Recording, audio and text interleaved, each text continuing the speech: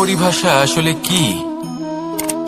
ভিন্ন ভিন্ন ধরনের ব্যক্তি, ভিন্ন ভিন্ন ধরনের প্রেমী, আলোচক বিভিন্ন ধরনের পরিভাষা প্রদান করেন এই প্রেম নিয়ে। কিন্তু প্রত্যেকের মনেই কখনো কখনো এই প্রশ্ন এসেছে, এই ভালোবাসা আসলে কি? নিজের প্রিয়তমকে জয় করাই কি প্রেম? চার হাত এক হয়ে যাবার নামই কি প্রেম? নিজের আবেগ ব্যক্ত করাই কি ভালোবাসা? না, প্রেমের অর্থ কাউকে লাভ করা নয়, বরং তার মাঝে বিলীন হয়ে যাওয়া। যদি কারোর হাত ধরে থাকি, তাহলে আজীবন তার সাথে পথ চলা হলো প্রেম। প্রেম শুধুমাত্র সেটা নয় যা প্রেমী আর প্রেমিকার কেশদামে মালা বেঁধে দেয়। মাতা পিতার জন্য দিনরাত পরিশ্রম করা, নিজের পরিবারের জন্য দিনরাত পরিশ্রম করা, সেটাও প্রেম। নিজের বন্ধুদের জন্য, আপনজনের জন্য সবকিছু উজাড় করে দেওয়ার নাম হলো ভালোবাসা। নিজের মাতৃভূমির জন্য সাহসের সাথে লড়াই করা এবং আনন্দে নিজের জীবন ত্যাগ করে দেওয়াও কিন্তু প্রেমের নামান্তর। সেই জন্য যারা বুদ্ধিমান ব্যক্তি, তারা কখনো প্রেমের পরিভাষা খুঁজতে চান না, কারণ তারা জানেন যে এই প্রেম কতটা বিশাল। তারা জানেন যে এই প্রেম হলো এক বিশাল সাগর, যাকে নিজের মুঠোয় ধরে রাখা যায় না। সেই জন্য এই প্রেমের সাগরে ডুবে যান এবং সকলকে ভালোবাসতে শিখুন। যদি সবাইকে ভালোবাসতে পারেন, তাহলে তাদেরও কল্যাণ হবে যারা আপনাকে ভালোবাসে, তাদেরও কল্যাণ হবে যাদেরকে আপনি ভালোবাসেন, আর আপনারও কল্যাণ হবে। আর তখন এই মন ভালোবেসে বলবে, রাধা রাধা। এই সংসারের সব থেকে গুরুত্বপূর্ণ তত্ত্ব কোনটা? প্রথম হলো সময়। জন্ম থেকে মৃত্যু পর্যন্ত এই যে সময়, এটাই তো হলো জীবন। দ্বিতীয় হলো জীবন, যাতে আমরা সময়ের সদ্ব্যবহার করি, শ্রেষ্ঠ থেকে শ্রেষ্ঠতর কাজ করার চেষ্টা করি, বহু বছরের এই পরম্পরা, এই সংস্কৃতিকে এগিয়ে নিয়ে যাওয়ার চেষ্টা করি, এই সংসারে আমরা অংশগ্রহণ করতে চেষ্টা করি। তৃতীয় হলো ধন, সেই ধন যা প্রত্যেক ব্যক্তি অর্জন করতে চেষ্টা করেন। এবার এই তিনটি তত্ত্বের মধ্যে একটা সামঞ্জস্য আছে, সমান ব্যাপার আছে। সে ধনই হোক বা সময় হোক বা হোক জীবন। আর সেই সমান ব্যাপার হলো যে যদি আপনি এটা গণনা করতে থাকেন, তাহলে তা কমতে থাকে। যদি আপনি এটা ব্যবহার করেন, তাহলে তা বাড়তে থাকে। একে সংগঠিত করে রাখতে চেষ্টা করলে এ হাত থেকে ফসকে যায়। কিন্তু যদি আপনি একে সামলে রাখতে শিখে যান, তাহলে এমন কাজ করবেন যাতে সংসারের সাথে সাথে পরবর্তী প্রজন্ম লাভবান হবে। যদি কিছু শিখতে চান, তাহলে সামলাতে শিখুন, গণনা করা বা সংগঠিত করা নয়। আসুন আর আমার সাথে ভালোবেসে বলুন, রাধা রাধা। প্রত্যেক প্রাণী ভালোভাবে জীবন যাপন করতে চান, এটা তাদের স্বভাবে আছে এবং ভাবাটা অনুচিত নয়। কিন্তু একটা ভালো জীবনের গুরুত্বপূর্ণ অংশ কোনটা? বসবাসের স্থান, সেই স্থান যেখানে আমরা জীবন অতিবাহিত করি। এবার মানুষ ভাবতে পারেন যে একটা ভালো বাসস্থানের অর্থ কি? সেই স্থান যেখানে সহজে জল পাওয়া যায়, যেখানে শুদ্ধ বায়ু পাওয়া যায়, যেখানে আনাজ উৎপন্ন হয়। এটা জীবনযাপনের জন্য পর্যাপ্ত বটে, কিন্তু ভালো জীবন যাপনের জন্য আরো একটা কথা আপনাকে বুঝতে হবে। সাধু, জ্ঞানী, পণ্ডিত ব্যক্তি, এই সকল মহাপুরুষ, এনাদের যে বাসস্থান তা অত্যন্ত বিশেষ হয়। এখানে এক ধরনের বিশেষ ইতিবাচক শক্তি থাকে, এমন একটা স্থান যেখানে দেবতারাও বিচরণ করেন। জীবন আমরা সবাই যাপন করি, কিন্তু জীবনের উদ্দেশ্য শুধুমাত্র জীবন যাপন করা নয়। জীবনের উদ্দেশ্য হলো মুক্তি লাভ করা। আর এই সকল সাধু, জ্ঞানী, পণ্ডিত ব্যক্তি, এই সকল মহাপুরুষ আপনাকে মুক্তির পথে নিয়ে যেতে পারেন। কারণ এরা হলেন সেই মহাপুরুষ যারা নিজেদের অন্তরের বিকার, অহংকার, ক্রোধ, বিদ্বেষ, এই সকল দোষগুলিকে ত্যাগ করেছেন, এদের ওপর বিজয় লাভ করেছেন। এমনই একজন ব্যক্তি আপনাকে মুক্তির পথে নিয়ে যেতে পারে। প্রয়োজন হলো শুধুই এনাদের চিনতে পারা, এদের কথা বুঝতে পারা এবং এদের দেখানো পথে চলা। যদি আপনি এটা করতে পারেন, তাহলে এই মন প্রফুল্ল হয়ে বলবে, রাধা রাধা। সমস্ত মানুষের জীবন কিছুটা সমান হয়। মানুষ জন্মগ্রহণ করে, তারপর চলতে শেখে, জীবনে এগিয়ে চলে, বার্ধক্য লাভ করে, তারপর সমাপ্ত হয়ে যায়। কিন্তু সেই ব্যক্তিরা কারা যারা প্রকৃত অর্থে মনুষ্য জীবন যাপন করেন? এনারা হলেন সেই ব্যক্তি যারা পড়ে গেলেও আবার উঠে দাঁড়ানোর চেষ্টা করেন, নিজের ভেঙে পড়া অস্তিত্বকে আগলে নিয়ে আবার একটা আকার দেওয়ার চেষ্টা করেন, ভগ্ন আশাকে আবার একটা নতুন দিশা দেন। অসফল হওয়ার পরেও থামেন না, আবার এগোতে থাকেন। অসফল হওয়ার পরে যদি আপনি থেমে যান তাহলে সাফল্য আপনার সামনে অপেক্ষা করে, কিন্তু আপনি তা দেখতে পান না। তাই জীবনের সংঘর্ষে অংশগ্রহণ করতে শিখুন, জীবনের সংঘর্ষ থেকে পালাবেন না। আসুন আমার সাথে ভালোবেসে বলুন, রাধা রাধা। এই বৃহৎ বৃক্ষকে দেখুন, অত্যন্ত শক্তিশালী বৃক্ষ। এটা সবারই প্রিয়, তা সে ছোট হোক বা বড়, বৃদ্ধ হোক বা জোয়ান, সবাই ভালোবাসে এই বৃক্ষকে। আর সত্যি বলতে এই বৃক্ষ সবাইকে সেবা করে, সবাইকে ফল দান করে, সবাইকে ছায়া প্রদান করে। দূর থেকে দেখে মনে হয় এর কোনো পরিচর্যার প্রয়োজনই নেই, কিন্তু একজন কুশল মালী এইভাবে ভাবেন না। তিনি সময় অন্তরে খুব খুঁটিয়ে এই গাছ নিরীক্ষণ করেন, দেখতে থাকেন। যদি কোনো এমন শাখা থাকে যা রোগগ্রস্ত, তাহলে সেটা কেটে আলাদা করে দেন। যদি এমন কোনো শাখা থাকে যা মৃত, তাহলে সেটা আলাদা করে দেন। আর এইভাবে উপযুক্ত দেখাশোনা করার কারণেই এই বৃক্ষ এইভাবে সুস্থ হয়ে থাকে, সতেজ হয়ে থাকে, সবার সেবা করতে থাকে। আপনাকেও নিজের সাথে সেটাই করতে হবে। নিজের জন্য আপনাকে একজন কুশল মালী হয়ে উঠতে হবে, রক্ষা করতে হবে নিজের শরীরের, নিজের মনের। আপনার শরীর যদি রোগগ্রস্ত হয়ে পড়ে, তাহলে ওষুধ গ্রহণ করতে হবে। যদি এই মন কোনো এক কারণে বিচলিত হয়ে পড়ে, তাহলে তার থেকে নিজেকে মুক্ত করতে হবে। আপনি যদি নিজের যত্ন নেন, তবেই এই বৃক্ষের মতো হতে পারবেন, সেই বৃক্ষ যে সবারই প্রিয়, সবাইকেই সেবা করে। আসুন আমার সাথে ভালোবেসে বলুন, রাধা রাধা। কেউ বলে জীবন খুব ক্ষণস্থায়ী, কেউ বলে জীবন হলো একটা সুন্দর স্বপ্নের মতো, আবার কেউ বলবে জীবন হলো এক কঠোর সত্য। কিন্তু জীবন আসলে কি? জীবন হলো আপনারই প্রতিবিম্ব, একটা দর্পণ। অর্থাৎ আপনি জীবনকে সেইভাবেই পাবেন যেরকম আপনি নিজেকে প্রতিপন্ন করবেন। যদি আপনি দর্পণের দিকে তাকিয়ে হাসেন, তাহলে আপনি সামনে হাসিমুখী দেখতে পাবেন। এবার যদি আপনি গম্ভীর হয়ে থাকেন, তাহলে আপনি একজন রুষ্ট ব্যক্তি দেখতে পাবেন। শেষে সব থেকে বেশি গুরুত্বপূর্ণ হলো আপনার চেষ্টা। আপনাকে সবসময় চেষ্টা করতে হবে যাতে আপনি নিজেকে প্রসন্ন এবং ইতিবাচক মনোভাবে রাখেন। এটা হলো আপনারই উত্তরদায়িত্ব, তাকে পালন করুন। এই মনকে প্রসন্ন রাখুন, এই সংসারকে সুন্দর বলে মনে হবে।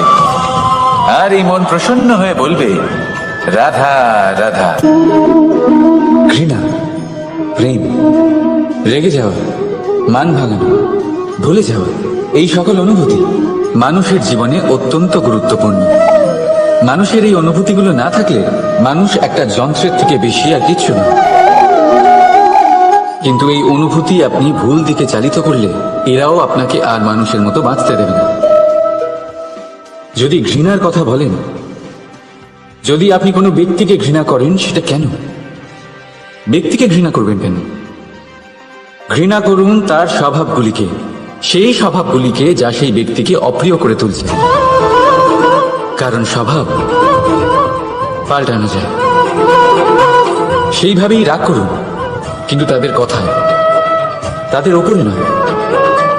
কারণ কথা বদলে দেওয়া সম্ভব। ভুলতে হলে ভুলুন তাদের ত্রুটি, তাদের নয়। কারণ ভুল অবশ্যই শুধরে নেওয়া যায়। প্রেম করুন, তবে তাদের আত্মার সাথে, তাদের অনুভূতির সাথে, শরীরের সাথে নয়। কারণ শরীর হলো নশ্বর। বলুন, কিন্তু খারাপ ভাবে নয়, ভালোবেসে। রাধা রাধা। আমরা সকলে শক্তি অনুভব করতে চাই। এবার যদি আপনাকে জিজ্ঞেস করা হয় যে সব থেকে বেশি শক্তির অনুভব কোথা থেকে করা সম্ভব, তখন কেউ কেউ বলবেন পুষ্টিকর আহার গ্রহণ করলে, ব্যায়াম করলে, কেউ বলবেন ধন লাভ করলে, বন্ধুদের থেকে, পরিবারের থেকে, আদি ইত্যাদি। এইভাবে আপনি শক্তির অনুভব অবশ্যই করতে পারেন, কিন্তু সব থেকে বেশি শক্তির অনুভব যদি আপনি করতে চান, তাহলে তা পাবেন শুধু একতার দ্বারা, সংগঠনের দ্বারা। যদি আপনাকে উদাহরণ দিই, নিজের এই হাতটাকে দেখুন, 5টা আঙুল রয়েছে। কোনো একটা বস্তুকে নিজের একটা আঙুল দ্বারা তুলে ধরার চেষ্টা করে দেখুন, বড়ই কষ্ট হবে। তখন আপনি বুঝতে পারবেন যখন এই 5টি আঙুল একত্রিত হয়, তখন কোনো কাজ কতটা সহজ হতে পারে। এটাই হলো শক্তি, একতা। সব থেকে ভালো উদাহরণ যদি আপনাকে দিই, তাহলে বাঁশি। এই বাঁশি থেকে অত্যন্ত মধুর সুর নির্গত হয় যা সবার মন প্রসন্ন করে দেয়। এই কথা সত্যি, কিন্তু এই বাঁশি আমি একটা বা দুটো আঙুল দিয়ে বাজাতে পারবো না। আমাকে প্রত্যেকটা আঙুল ব্যবহার করতেই হবে, তবেই এর থেকে মধুর সুর নির্গত হবে যা সকলকে প্রসন্ন করবে, ঠিক কিনা? ঠিক এইভাবেই যদি আপনি চান যে আপনার জীবনরূপী বাঁশি থেকেও মধুর সুর নির্গত হোক বা সবার মনকে প্রসন্ন করে তুলুক, তাহলে আপনাকেও জীবনে একতা নিয়ে আসতেই হবে। আপনি একাও কর্ম করতে পারেন, পথ চলতেও পারেন, সামনেও এগোতে পারেন, সাফল্যও লাভ করতে পারেন। কিন্তু যখন সকলে একসাথে এগোবেন, সেই পথে চলবেন, সেই কর্মই করবেন, তখন লক্ষ্যে অবশ্যই পৌঁছবেন, সাফল্য অবশ্যই লাভ করবেন। কিন্তু সেই সাফল্য এবং তার আনন্দের সংমিশ্রণটাই একটু অন্যরকম হবে। তাই জীবনে ঐক্যবদ্ধ হন, একসাথে মিলে এগোতে থাকুন, আর আমার সাথে ভালোবেসে বলুন, রাধা রাধা। এই হলো বট গাছের একটা বীজ।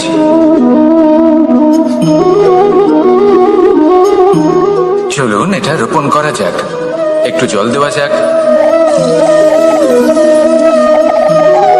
এবার করতে পারেনি, তাই অসফল হওয়ার সাথে সাথে কুখ্যাতিরও ভাগিদার হয়ে যায় সে। দ্বিতীয় পথ হল পরিবর্তন।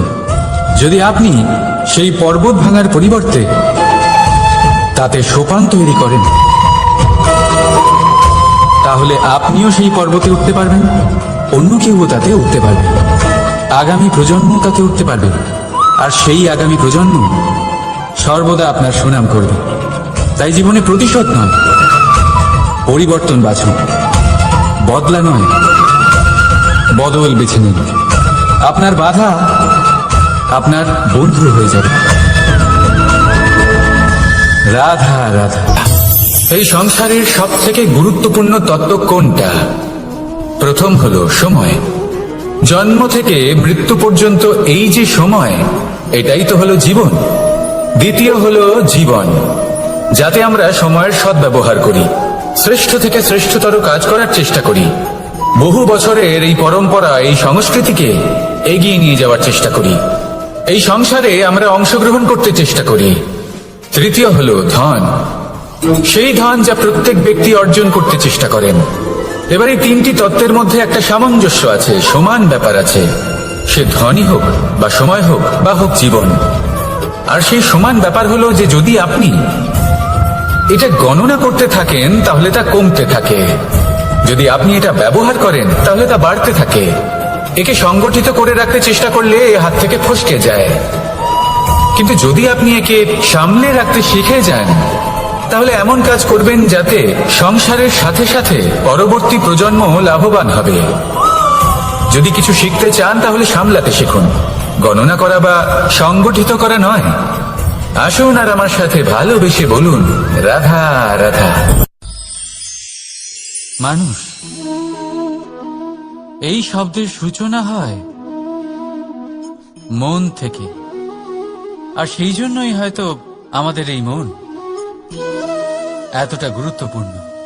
এবারে দেখুন না, আমাদের মনই সবকিছু চালনা করে। মনই সেই যে কল্পনা করে, মনই সেই যা কল্পনাকে বাস্তবে পরিণত করার জন্য পরিশ্রম করতে আমাদের প্রেরণা যোগায়। মনই সেই যা লোভের জালে জড়িয়ে পড়ে। মনই সেই যা অভিমানের পর্দা দিয়ে ঢেকে যায়। আর এই মনই সেই যা আপনাকে বিনাশের দিকে টেনে নিয়ে যেতে পারে। কিন্তু যদি তা পরোপকার করার ইন্ধন পায়, তাহলে এমন কোনো মহান কাজ নেই যা আপনি করতে পারবেন না। কিন্তু এই মন কি? এটা বোঝানো যায় দুটো শব্দের মাধ্যমে, দুটো সহজ শব্দ। প্রথম, একজন কুশল সেবক। দ্বিতীয়, একজন সংকট প্রবণ মালিক। যদি আপনার এই মন আপনার নিয়ন্ত্রণে থাকে, তাহলে সে হলো আপনার সেবক। তাই আপনার অস্তিত্ব আছে। কিন্তু যদি আপনার মন আপনার কর্মের ওপরে নিয়ন্ত্রণ করে, তাহলে এই মন আপনার মালিক। আর তখন আপনার বিনাশ নিশ্চিত। তাই নিজের এই মনকে নিয়ন্ত্রণে রাখুন, কিন্তু ভালোবেসে। আসুন আমার সাথে আনন্দে বলুন, রাধা রাধা। এই সূঁচ দেখতে পাচ্ছেন আপনি? এটা শুদ্ধ লোহা দিয়ে তৈরি, বস্ত্র সেলাই করার কাজে লাগে, অস্ত্রোপচারে কাজে লাগে। কিন্তু আপনি কি কখনো ভেবে দেখেছেন এই সূঁচ কিভাবে তৈরি হয়? লোহার এক বড় অংশকে পিটিয়ে পিটিয়ে টেনে টেনে তাকে পাতলা বানানো হয়। এরপরেই আমরা পেয়ে থাকি সূঁচ। ভাবুন, যদি লোহার টুকরোতে অনর্গল প্রহার করার ফলে একটা লোহার টুকরো সূঁচে পরিণত হয়, তাহলে আমাদের জীবনে অনর্গল চেষ্টা করার ফলে জীবনের সমস্ত অংশকে আমরা কত প্রভাবশালী কাজে পরিণত করতে পারি। শুধু প্রয়োজন দৃঢ় নিশ্চয়তা। তাহলে আসুন আমার সাথে ভালোবেসে বলুন, রাধা রাধা। বিশ্বাস, জীবনে বিশ্বাস কতটা গুরুত্বপূর্ণ। একজন স্ত্রী তার স্বামীর হাত ধরে যে কোনো জায়গায় যেতে পারেন, এর কারণ হলো বিশ্বাস। তার নিজের স্বামীর ওপরে বিশ্বাস আছে। যখন একজন মা তার ছোট বাচ্চাকে কোলে তুলে হাওয়ায় ওঠায়, তখন সেই বাচ্চা ভয়ভীত হয়ে যায় না। তার কারণ হলো বিশ্বাস। তার বিশ্বাস আছে যে তার মা তার কিচ্ছু হতে দেবে না। এক বৈদ্যের দেওয়া ঔষধ সন্তান কিছু না বুঝে শুনেই খেয়ে ফেলে। সেই বৈদ্যের জ্ঞানের বিষয়ে তার কোনো ধারণাই থাকে না। শুধু নিজের পিতার উপরে বিশ্বাস আছে যে তার পিতা তাকে খারাপ কিছুই দেবে না। যখন এই সংসারের প্রতিটা বন্ধন বিশ্বাসের উপরে দাঁড়িয়ে আছে, তাহলে কেন এই বিশ্বাসকে আমরা জীবনে আনতে পারি না? আপনি নিজেই দেখুন, এই বিশ্বাস নিজের জীবনে এনে দেখুন, সবকিছু আরো সুন্দর হয়ে যাবে। তাই ভালোবেসে বলুন, রাধা রাধা।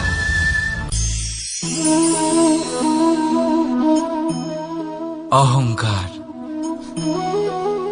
এই শব্দটা সবাই শুনেছেন। বহু মানুষকে আপনি এটা বলতে শুনেছেন যে ওই ব্যক্তির অহংকার আছে, ওই মানুষটির ক্ষমতার অহংকার আছে, ওই ব্যক্তির নিজের রূপ নিয়ে অহংকার আছে, ওই ব্যক্তির নিজের অর্থের অহংকার আছে, ইত্যাদি ইত্যাদি। কিন্তু এই অহংকার, এর অস্তিত্ব হয় কি করে? এবারে একবার এই হাতটা দেখুন। যদি এই হাতের 5 আঙুল উঠে দাঁড়ায়, আশীর্বাদ। আর যদি এই হাতের 5টা আঙুল একসাথে মুঠো হয়ে যায়, শক্তি, সংকটের বিরুদ্ধে ঢাল। কিন্তু এই একটা আঙুল সংকটের কারণ হয়ে দাঁড়াতে পারে। এই একটা আঙুল শত্রুকে আহ্বান জানায়। এবার অহংকার বলে এই শব্দটাই দেখে নিন। আমাদের থেকে আলাদা হয়ে গেলে হয় অহং। অহং অর্থাৎ ব্যক্তির মনে হয় যে সে আপনদের থেকে, নিজের বন্ধুদের এবং সঙ্গীদের থেকে, নিজের পরিবারের থেকে অনেক উপরে, অনেক শ্রেষ্ঠতর সে। কিন্তু মনে রাখবেন, এই অহংকার কোন ব্যক্তির অস্তিত্বের বিনাশের প্রথম ধাপ।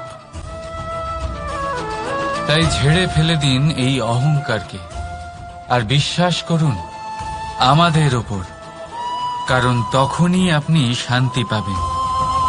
আর সেই শান্তির সাথে বলে উঠবেন, রাধা রাধা।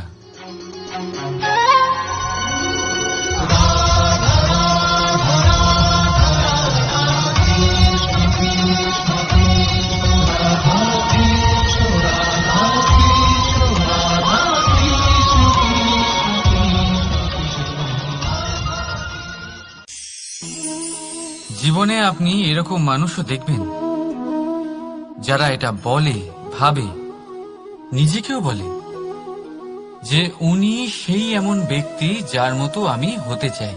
ঠিক আছে, কারোর থেকে প্রেরণা নেওয়াটা কোনো ভুল নয়, কিন্তু কখনো কখনো এই প্রেরণা গুরুত্বহীন হয়ে যায় আর আমরা শুরু করে দিই সেই ব্যক্তিকে নকল করতে। এখানেই থেমে যায় আমাদের উন্নতি। এবারে দেখুন, সংসারে শত কোটি রঙের ফুল আছে, কিন্তু তারা কখনো একে অপরকে নকল করে না। নকল করে না তাদের রং, নকল করে না তাদের সুগন্ধ।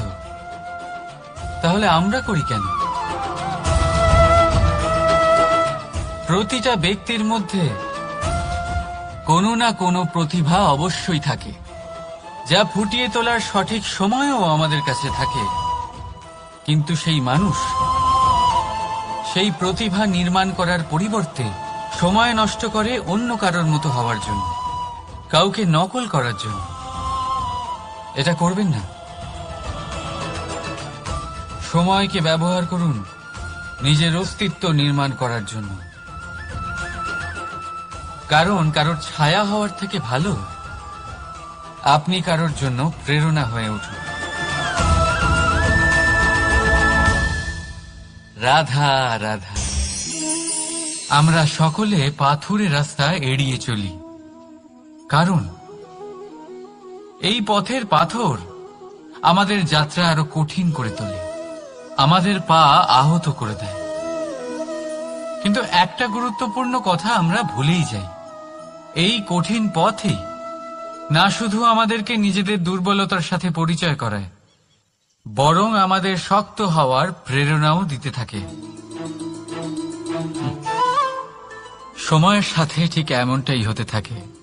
সবাই ভালো সময়ের অপেক্ষা করতে থাকেন, ভালো সময়ের জন্য পরিশ্রম করেন, তার জন্যই চিন্তা করেন, কিন্তু ভুলে যান যে ভালো সময় বহুবার আমাদের বিবেক নষ্ট করে দেয়।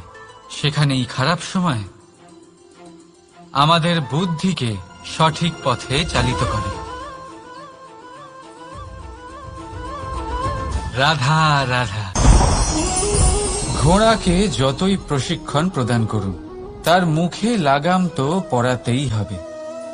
একজন ভালো চালক সেই ঘোড়ার লাগাম মাঝে মাঝে টেনে ধরে, তাকে সঠিক পথে চালিত করতে, যাতে সেই ঘোড়া দিগ্ভ্রান্ত না হয়। এবার একটু ভাবুন, ঠিক এরকমই হয় আমাদের মন। যদি এটা বিবেকের লাগাম দিয়ে মাঝে মাঝে আমরা টেনে না ধরি, তাহলে আমাদের এই মন দিগ্ভ্রান্ত হতে পারে। আর যদি আপনি আপনার লক্ষ্যে পৌঁছতে চান, তখন মনের এই লাগাম মাঝে মাঝে আপনাকে অবশ্যই টেনে ধরতে হবে, কারণ বিবেকের এই পথ প্রদর্শনই আপনাকে ভালোভাবে আপনার লক্ষ্যে পৌঁছে দেবে। মনে রাখবেন, আর আমার সাথে ভালোবেসে বলবেন, রাধা রাধা। আপনি কখনো জাঁতাকল দেখেছেন? তাতে গম পেশা হয়। গমকে এমন ভাবে পেশা হয় যাতে আমরা তা খেতে পারি, জীবিত থাকতে পারি। আর যদি আপনি মন দিয়ে দেখেন, তাহলে কলের নিচের অংশ কখনো ঘোরে না, শুধুমাত্র উপরের অংশই ঘোরে। আর তবেই তা গম পিষতে পারে, আর তবেই রুটি তৈরি হতে পারে। কিন্তু ভেবে দেখুন, যদি কলের দুটো অংশই ঘুরতে থাকে, তাহলে কি হবে? তা গম পেশার বদলে একে অপরকে পিষে নিজেদের অস্তিত্ব শেষ করে দেবে। তাই জীবনে কোনো কাজ যখন মন আর মস্তিষ্ক মিশিয়ে করা হয়, তখনই তা সম্পন্ন হয়। কিন্তু যখন বিষয় হলো ভক্তির, তখন মস্তিষ্কের যুক্তির মৌন থাকা প্রয়োজন।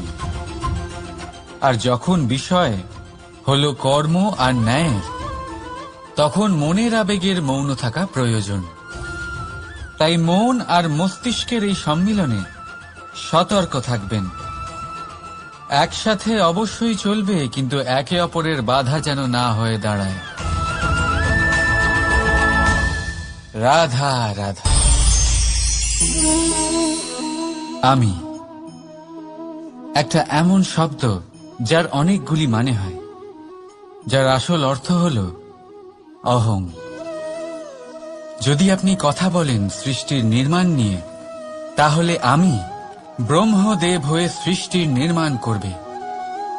যদি আপনি কথা বলেন প্রলয়ের, তাহলে সেই আমি মহাদেব হয়ে বিনাশ করবে।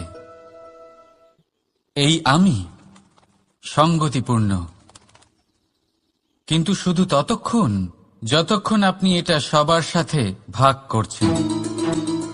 কিন্তু আমরা বহুবার এর মানে বুঝতে পারি না।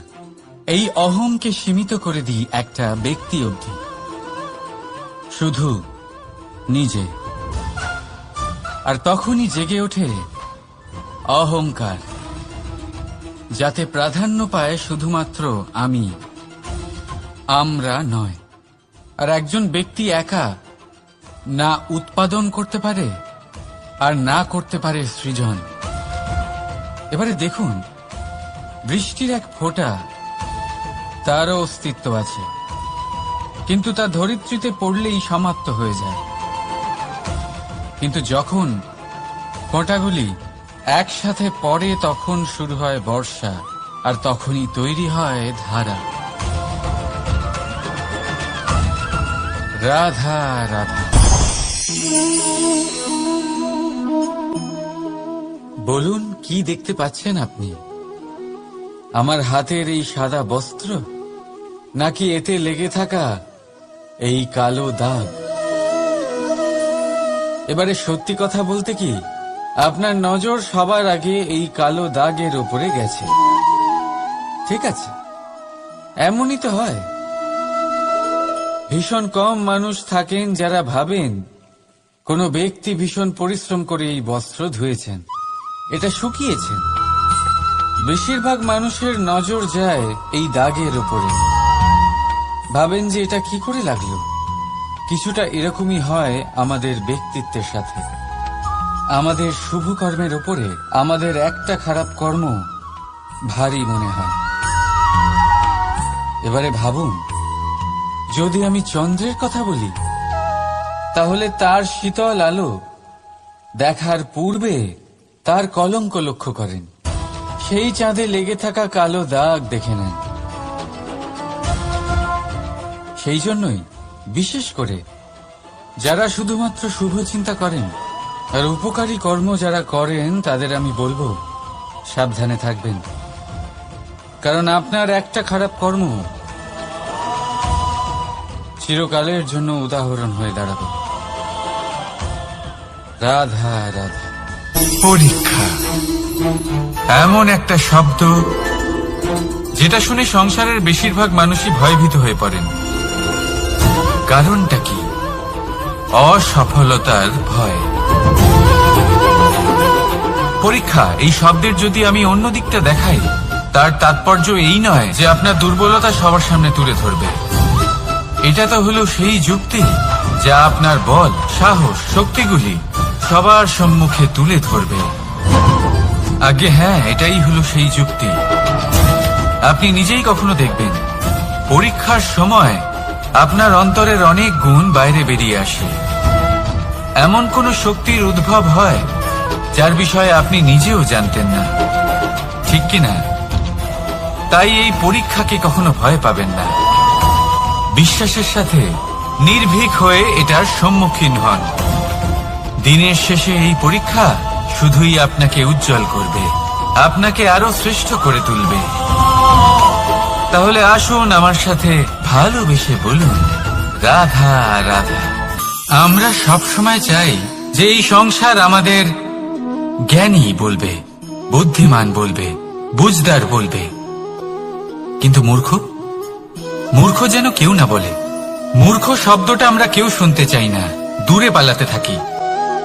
কিন্তু একটা সত্যি সবার কাছে অজানা, যে মূর্খ হওয়া হলো বুদ্ধিমান হওয়ার দিকে সর্বপ্রথম পদক্ষেপ।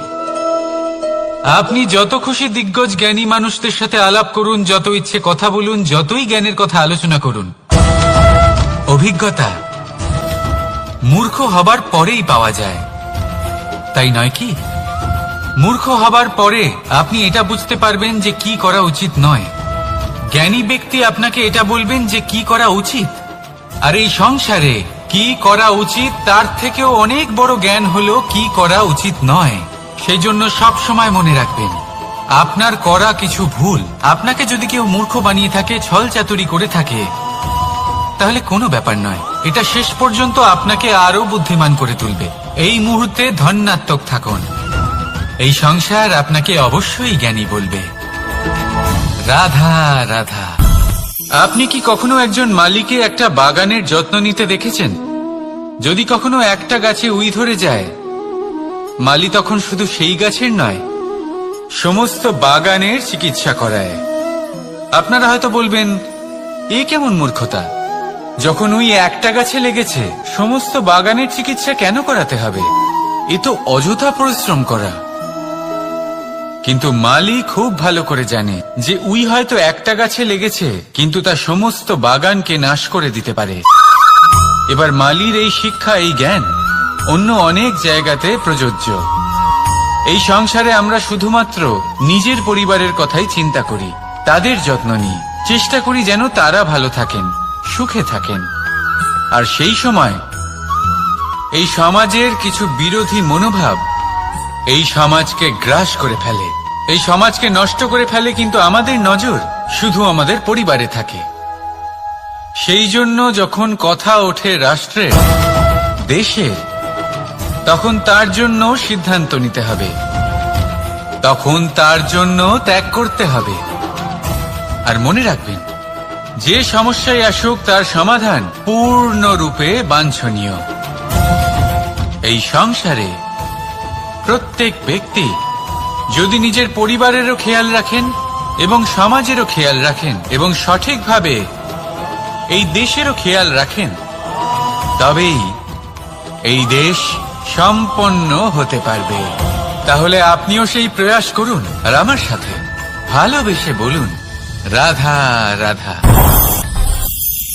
ভগবান আর ভুল, এই দুই একই অক্ষর দিয়ে শুরু হয়। শুধু তাই নয়, এদের দুজনের রাশিও সমান। এবারে আপনারা বলবেন যে ভগবান, ভুল, এদের মধ্যে কিভাবে মিল থাকতে পারে? অনেক বড় মিল আছে। না শুধু এ এক অক্ষর দিয়ে শুরু হয়, বরং এদের বিজয় মন্ত্রটাও এক। ভগবানকে মানুন, তাকে বিশ্বাস করুন, তাকে স্বীকার করুন। এটা করলে মনের দৃষ্টি থেকে ভগবানকে দেখা যায়, আর উনি আপনাকে সমৃদ্ধ করে তোলেন। ভুলের সাথেও এটাই ঘটে। নিজের ভুল স্বয়ং মেনে নিলে, স্বীকার করে নিলে, সব কিছুই স্পষ্টভাবে দেখতে পাবেন। যেদিন থেকে আপনি নিজের ভুল মেনে নিতে শিখবেন, সেদিন থেকে সেই ভুল শোধরানোর প্রক্রিয়াও শুরু হয়ে যাবে। আপনি বুঝে যাবেন নিজের ভুল কিভাবে শোধরাতে হয়। তাই মনে রাখবেন, নিজেকে শ্রেষ্ঠ করে তোলার জন্য নিজের ভুল স্বীকার করা অত্যন্ত প্রয়োজনীয়। এই জীবনে শান্তি আনার জন্য ঈশ্বরকে মেনে নেওয়া অত্যন্ত প্রয়োজনীয়। সবসময় নিজের গুণ এবং নিজের দোষ মনে রাখবেন। আজীবন সুখী থাকবেন। রাধা রাধা। কথায় বলা হয়, জীবনে ভালোবাসাই হলো সুখের মূল। এটা সত্য। এবার প্রশ্ন হলো এটাই যে এই ভালোবাসা কার সাথে করা উচিত? যদি আপনি কিছুক্ষণের জন্য সুখ পেতে চান, তাহলে ভালোবাসুন নিজের রুচি মতো। যদি আপনি কিছুদিনের জন্য সুখ পেতে চান, ভালোবাসুন নিজের বন্ধুদের। যদি আপনি কয়েক মাসের জন্য, কয়েক বছর বা অনেক বছরের জন্য সুখী হতে চান, তাহলে ভালোবাসুন নিজের পরিবারকে, মাতা পিতা, নিজের সন্তান, স্বামী স্ত্রী, নিজের আত্মীয়দের। কিন্তু যদি আপনি চিরকালের জন্য সুখী হতে চান, তাহলে ভালোবাসতে হবে শুধু নিজের কর্মগুলিকে। কারণ সম্পর্ক যেমনই হোক না কেন, কখনো না কখনো ভেঙে যাবেই। এই সংসার হলো এমনই যে যাদের সঙ্গ আমরা পাই, তাদের সঙ্গ একদিন ত্যাগ করতে হয়। শুধু কর্মই হলো এমন এক সঙ্গ যা কখনো আপনাকে ত্যাগ করবে না। আপনার মৃত্যুর পরেও এই কর্ম আপনাকে বাঁচিয়ে রাখবে। তাই সবসময় মনে রাখবেন, এই কর্ম ধর্ম মনে করে পালন করা উচিত। জীবনের শেষ মুহূর্ত পর্যন্ত কর্মকে ভালোবাসুন। জীবনের শেষ মুহূর্ত পর্যন্ত সুখে থাকবেন। আর আমি তো সবসময় বলি, শুধু কর্ম করতে থাকো, ফলের চিন্তা করো না। তাহলে আসুন আর আমার সাথে ভালোবেসে বলুন, রাধা রাধা। দ্বিধাবোধ। অনেক সময় আমরা জীবনে সেই বাঁকে এসে পৌঁছই যেখানে আমরা বুঝতেই পারি না যে এবার কোন দিক নির্বাচন করা উচিত। কখনো এদিকে যাওয়া উচিত মনে হয়, কখনো ওদিকে যাওয়া উচিত মনে হয়, কখনো দুদিকেই যাওয়া প্রয়োজনীয় বলে মনে হয়, কিন্তু তা তো সম্ভব নয়। কখনো কখনো এটা মনে হয় যে এখানেই থেমে যাওয়া ভালো, কোথাও না যাওয়াই শ্রেয়। এবার একেই তো দ্বিধাবোধ বলে। সংসারে এমন কোনো দ্বিধা নেই যার সমাধান সম্ভব নয়। এই দ্বিধাবোধ স্বাভাবিক। আর আপনার এই দ্বিধাকে আমি একটু সরল করে দিই। দ্বিধাগ্রস্ত হয়ে নির্বাচন করলে তখন এটা মাথায় নিয়ে করবেন যে আপনার এই নির্বাচনের ফলে এই সংসারের ওপর, এই সমাজের ওপর কি প্রভাব পড়তে পারে। নিজের লাভ ক্ষতির বিষয়ে ভাবা ছেড়ে দিন আর কর্ম করুন সংসারের মঙ্গলের জন্য, আগামী প্রজন্মের মঙ্গলের জন্য। ভাবুন আপনার এই নির্বাচনের জন্য কিভাবে তাদের জীবনের উদ্ধার সম্ভব। কারণ এই ভাবনাই হলো উচিত ভাবনা। কারণ অনেক সময় ওষুধ একটু কড়া মনে হতেই পারে, কিন্তু এই ওষুধই তো রোগ মুক্তি ঘটায়। সেইভাবে আপনাকেও এই দ্বিধার মুহূর্তে কঠিন নির্বাচন করতে হতে পারে। এই কঠিন নির্বাচন জীবনে কঠিন পরিস্থিতিও আনতে পারে, কিন্তু যদি এই নির্বাচন ধর্মসঙ্গত হয়, যদি এর দ্বারা সংসারের মঙ্গল হয়, তাহলে এই নির্বাচনই হলো সঠিক নির্বাচন। আসুন আমার সাথে ভালোবেসে বলুন, রাধা রাধা। মানুষ নানান ধরনের বাসনা পোষণ করেন। তাদের নানান ইচ্ছে থাকে, অভিলাষা থাকে, নানান কামনা করতে থাকেন, স্বপ্ন দেখেন, প্রার্থনা করেন যেন তা সফল হয়, নিজের সম্পন্নতা কামনা করেন, আর শেষে নিরাশ হয়ে যান কারণ এসব কিছুই পান না। আপনাকে একটা ছোট্ট উদাহরণ দিই। জঙ্গলের রাজা কাকে বলা হয়? সিংহকে। এবার যেহেতু সিংহ বনের রাজা, তাই হরিণ তো তার কাছে এসে এটা বলতে পারে না যে আপনি হলেন বনের রাজা, তাই আপনি আমাকে মেরে ফেলুন, আমাকে খেয়ে ফেলুন আর নিজের ক্ষুধা নিবারণ করুন। এমন তো হয় না। সিংহ যতই বনের রাজা হোক, তাকেও পরিশ্রম অবশ্যই করতে হয়, তবেই তার ক্ষুধা নিবারণ হয়। সেইভাবেই আপনার সমস্ত স্বপ্ন, আপনার সমস্ত ইচ্ছে, আপনার সমস্ত অভিলাষা, সমস্ত আকাঙ্ক্ষা পূরণ হবেই, অবশ্যই হবে, পরিশ্রমের দ্বারা। শুধু ভাবলেই হবে না। তাহলে আপনিও জীবনে পরিশ্রম করুন, নিজের সমস্ত স্বপ্ন পূরণ করুন, আর আমার সাথে ভালোবেসে বলুন, রাধা রাধা। আপনি কি কখনো কোনো উঁচু পর্বতের শিখরে পৌঁছতে পেরেছেন? যদি পৌঁছে থাকেন বা যদি আপনি কোনো উঁচু পর্বতের শিখরে যান, তাহলে ভালো করে দেখবেন, আপনি যত উঁচুতে অগ্রসর হতে থাকবেন, আস্তে আস্তে সমস্ত বনস্পতি বিলুপ্ত হতে থাকে। তারপরে সমস্ত গাছপালা, পশু পাখি সব বিলুপ্ত হতে থাকে। শেষ পর্যন্ত সেই শিখরে থেকে যায় শুধুমাত্র শান্তি, নীরবতা। আমাদের মানুষের সাথেও এটাই হয়। মানুষ যখন আত্মবিকাশের পথে অগ্রসর হতে থাকে এবং নিজের জীবনের শিখরে পৌঁছতে চায়, তখন তার একা থাকা অত্যন্ত প্রয়োজনীয় হয়। আর তাকে তখন ত্যাগ করতে হয় নিজের সুখ স্বাচ্ছন্দ্য, নিজের সম্পত্তি, নিজের সমৃদ্ধি, নিজের সৌন্দর্য। দেখুন, জীবনের শিখরে পৌঁছনো একেবারেই সহজ কাজ নয়। এ হলো অত্যন্ত দুর্গম এক পথ। কিন্তু যদি আপনি সেখানে পৌঁছতে চান, তাহলে আপনাকে ত্যাগের প্রবৃত্তি জাগিয়ে তুলতে হবে। ত্যাগ কি সেটা জানতে হবে, কারণ ত্যাগের ফলেই মনে শান্তি আসে, আর সেই শান্তির ফলে মনে উৎপন্ন হয় প্রেম। আর এই প্রেমই হলো জীবনের অন্তিম লক্ষ্য। তাহলে আসুন আমার সাথে ভালোবেসে বলুন, রাধা রাধা। ভয়ের সাথে আমরা সবাই পরিচিত, কষ্টও আমরা সবাই পেয়েছি। কখনো কখনো আমরা অসুস্থ হয়ে পড়ি, আর এমন সময় হলে মাতার মমতা, কখনো বাবার স্নেহ, কখনো বন্ধুদের পাশে থাকার অনুভূতি আমাদের রোগ নিরাময়ে সাহায্য করে। কখনো যদি আমরা নিরাশ হয়ে পড়ি, তখন যদি আমাদের কোনো আপনজন আমাদের দুটো ভালো কথা বলে, তখন আমাদের মনোবল বেড়ে যায়। ঠিক তেমন সংসারের এই রঙ্গমঞ্চে যদি আপনি পীড়িত অনুভব করেন, কিছু শুভ কথা আলোচনা করুন, কিছু স্তুতি গান করুন, কিছু মুহূর্তের জন্য হলেও নিজের ইষ্টদেবের কথা স্মরণ করুন আর প্রার্থনা করুন। সাহস বাড়বে, শক্তিও বৃদ্ধি পাবে এবং সামনে এগিয়ে চলার পথও দেখতে পাবেন।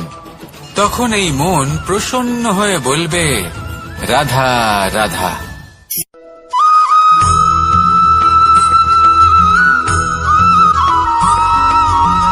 কথায় আছে যে এমন কোনো অক্ষর নেই যার দ্বারা কোনো মন্ত্র হয় না, এমন কোনো বনস্পতি নেই যা নিজেই একটা ঔষধি নয়, পৃথিবীর এমন কোনো ব্যক্তি নেই যার মধ্যে কোনো যোগ্যতা থাকে না।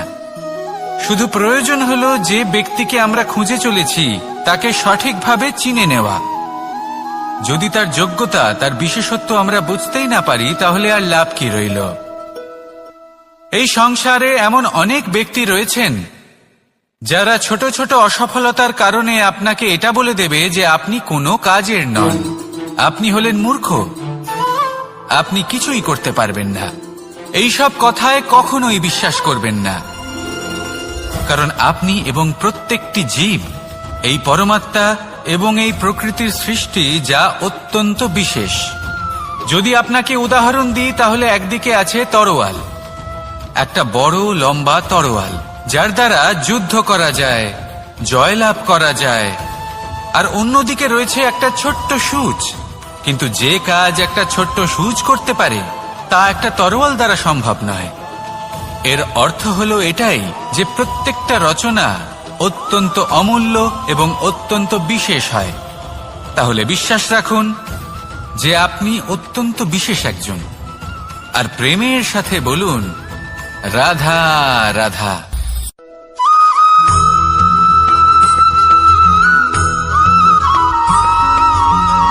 কেউ বলে জীবন খুব ক্ষণস্থায়ী, কেউ বলে জীবন হলো একটা সুন্দর স্বপ্নের মতো, আবার কেউ বলবে জীবন হলো এক কঠোর সত্য। কিন্তু জীবন আসলে কি? জীবন হলো আপনারই প্রতিবিম্ব, একটা দর্পণ। অর্থাৎ আপনি জীবনকে সেইভাবেই পাবেন যেরকম আপনি নিজেকে প্রতিপন্ন করবেন। যদি আপনি দর্পণের দিকে তাকিয়ে হাসেন, তাহলে আপনি সামনে হাসি মুখী দেখতে পাবেন। এবার যদি আপনি গম্ভীর হয়ে থাকেন, তাহলে আপনি একজন রুষ্ট ব্যক্তি দেখতে পাবেন। শেষে সবথেকে বেশি গুরুত্বপূর্ণ হলো আপনার চেষ্টা। আপনাকে সবসময় চেষ্টা করতে হবে যাতে আপনি নিজেকে প্রসন্ন এবং ইতিবাচক মনোভাবে রাখেন। এটা হলো আপনারই উত্তরদায়িত্ব, তাকে পালন করুন। এই মনকে প্রসন্ন রাখুন, এই সংসারকে সুন্দর বলে মনে হবে। আর এই মন প্রসন্ন হয়ে বলবে, রাধা রাধা।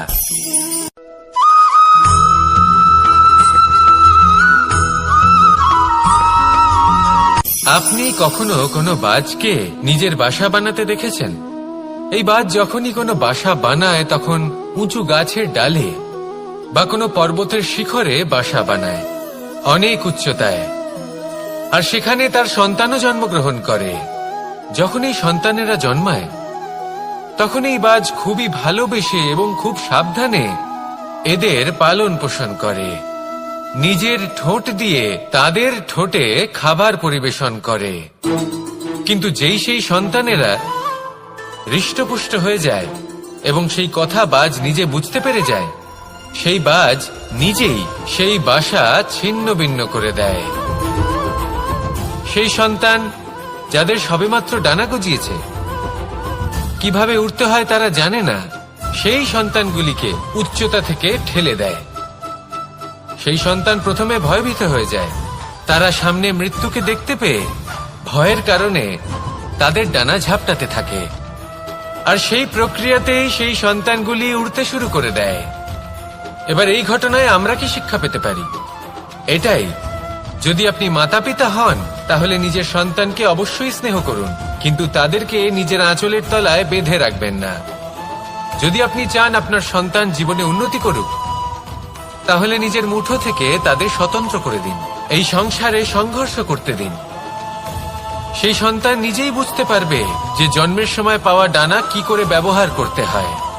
আর আপনার চোখের সামনে আপনার সন্তান এই আকাশে উড়তে থাকবে। তাহলে আসুন আমার সাথে ভালোবেসে বলুন, রাধা রাধা।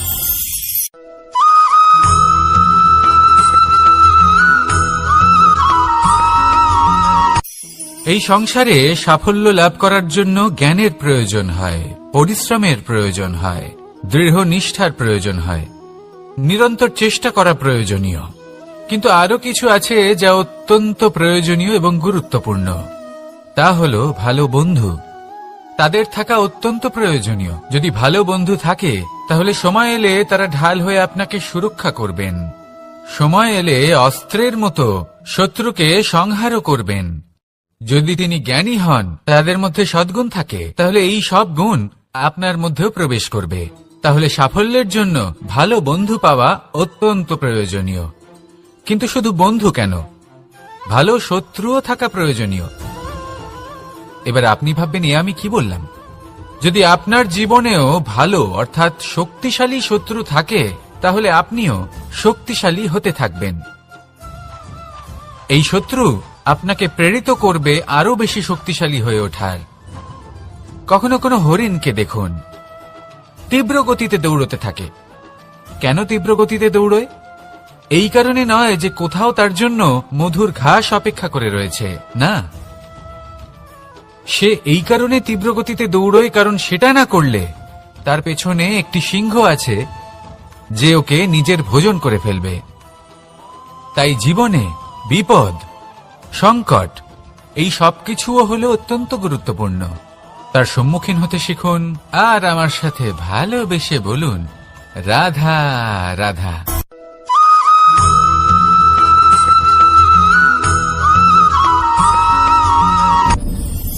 আপনি কি কখনো কোনো জলের ধারা দেখেছেন?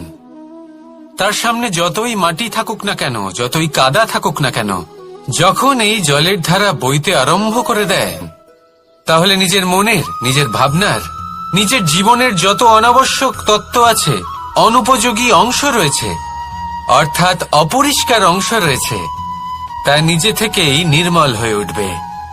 আর যেরকম জলের ধারা কখনো থেমে থাকে না, সব সময় বয়ে চলে, সেইভাবে আপনিও কখনোই থামবেন না। সবসময় বয়ে চলুন, এগোতে থাকুন।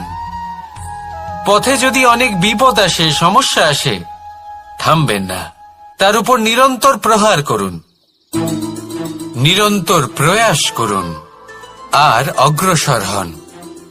আপনি ভেবে দেখুন, এই জলের ধারা কখনো থেমে থাকে না, সবসময় বয়ে চলে, বিপদের সম্মুখীন হয়ে তাকে সাথে বয়ে নিয়ে চলে।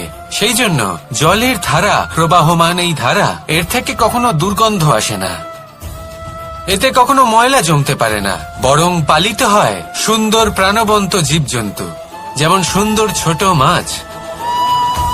তাই আপনিও এটাই করুন, কখনো থামবেন না, শুধু চলতে থাকুন, জলের ধারার মতো বইতে থাকুন। আপনি আপনার লক্ষ্য অবশ্যই খুঁজে পাবেন, আর তার সাথে নিজের অন্তরের যে মালিন্য রয়েছে তা আপনি নিজেই নিজের থেকে দূরে করে দেবেন। তাহলে আসুন আর আমার সাথে ভালোবেসে বলুন, রাধা রাধা।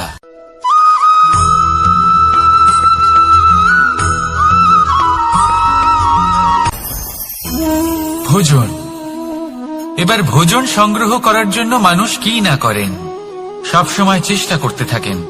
ফসল উৎপাদনের জন্য অনেক পরিশ্রম করতে থাকেন, কিন্তু অনেক সময় অনেক পরিশ্রম করার পরেও ফসল ভালো উৎপাদন হয় না। এর কারণ কি? কারণ হলো এটাই যে আপনি পরিশ্রম হয়তো অনেক করেছেন, কিন্তু আপনার নজর তো সেই বীজের দিকে ছিলই না যা আপনি রোপণ করেছেন। সেই জন্য সব সময় কোনো বীজ রোপণ করার আগে তাকে পরখ করে দেখুন, তা অত্যন্ত আবশ্যক। আর সেইভাবেই যখনই কোনো কর্মের প্রশ্ন আসে, তাহলে সেখানে শুধুমাত্র পরিশ্রম যথেষ্ট নয়। সেই কাজের প্রতি আপনার কর্তব্য কি, আপনার উদ্দেশ্য কি, সেটা জানা হলো অত্যন্ত গুরুত্বপূর্ণ। তাই কর্ম করুন, কিন্তু সেই কর্মের প্রতি আপনার যা উদ্দেশ্য তার মাহাত্ম্য বুঝতে চেষ্টা করুন। তাহলে আসুন আমার সাথে ভালোবেসে বলুন, রাধা রাধা।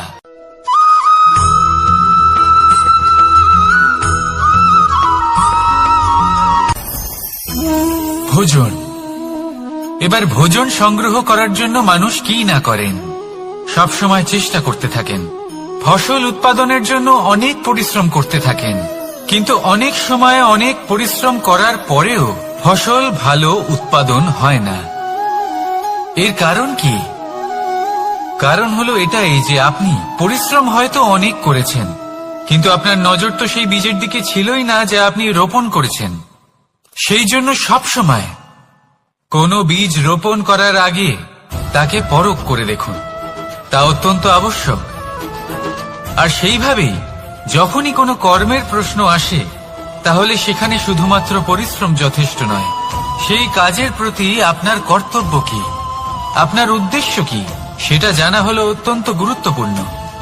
তাই কর্ম করুন, কিন্তু সেই কর্মের প্রতি আপনার যা উদ্দেশ্য তার মাহাত্ম্য বুঝতে চেষ্টা করুন। তাহলে আসুন আমার সাথে ভালোবেসে বলুন, রাধা রাধা।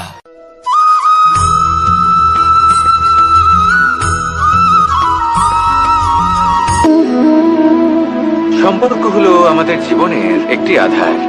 কিছু সম্পর্ক এমন যা আমরা জন্মসূত্রে লাভ করি, যেমন পরিবার, মা, বাবা। কিছু সম্পর্ক আছে যা আমরা জীবনে অর্জন করে থাকি, তা সে প্রেমের হোক, স্নেহের হোক বা বন্ধুত্বের।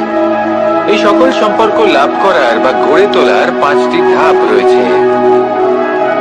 প্রথম ধাপ, কোনো ব্যক্তির সাথে আলাপ হওয়া, তার সাথে কথা বলা বা তাকে দেখা। দ্বিতীয় ধাপ, সে ব্যক্তিকে আমাদের ভালো লাগা। তৃতীয় ধাপ, আমাদের এটা চাইতে শুরু করা যে জীবনে এই ব্যক্তি যেন আমাদের বন্ধু হন, আমাদের জীবনে থাকেন, বা আমাদের কাউকে ভালোবেসে ফেলা। আর এটা আমাদের ভাবা বা চাওয়া যে সেই ব্যক্তি যেন আজীবন আমার সাথে থাকেন, আমার জীবনে আমার সাথী হয়ে। চতুর্থ ধাপ, লাভ করা। এবার এই ধাপটি অনেক মানুষের পক্ষেই খুবই সরল হয়, বড়ই সরল ভাবে নিজেদের সঙ্গীকে লাভ করে থাকেন। কিছু মানুষের জন্য এই ধাপ অত্যন্ত কঠিন হয়ে থাকে। অনেক প্রতিকূল পরিস্থিতির উপর জয়লাভ করে তারা সঙ্গীকে লাভ করেন, কিন্তু লাভ অবশ্যই করেন। এরপরে আসে পঞ্চম, অন্তিম এবং সব থেকে গুরুত্বপূর্ণ ধাপ। সেটা হলো সেই সম্পর্ক পালন করা। এটা হলো এমন এক বিষয় যা প্রত্যেক মানুষের শেখা উচিত। যদি ব্যক্তি নিজের জীবনে সম্পর্ক রক্ষা করতে শিখে যান, তবে প্রত্যেক সম্পর্ক তার জীবনকে স্বর্গ করে তুলবে। আসুন আর আমার সাথে ভালোবেসে বলুন, রাধা রাধা।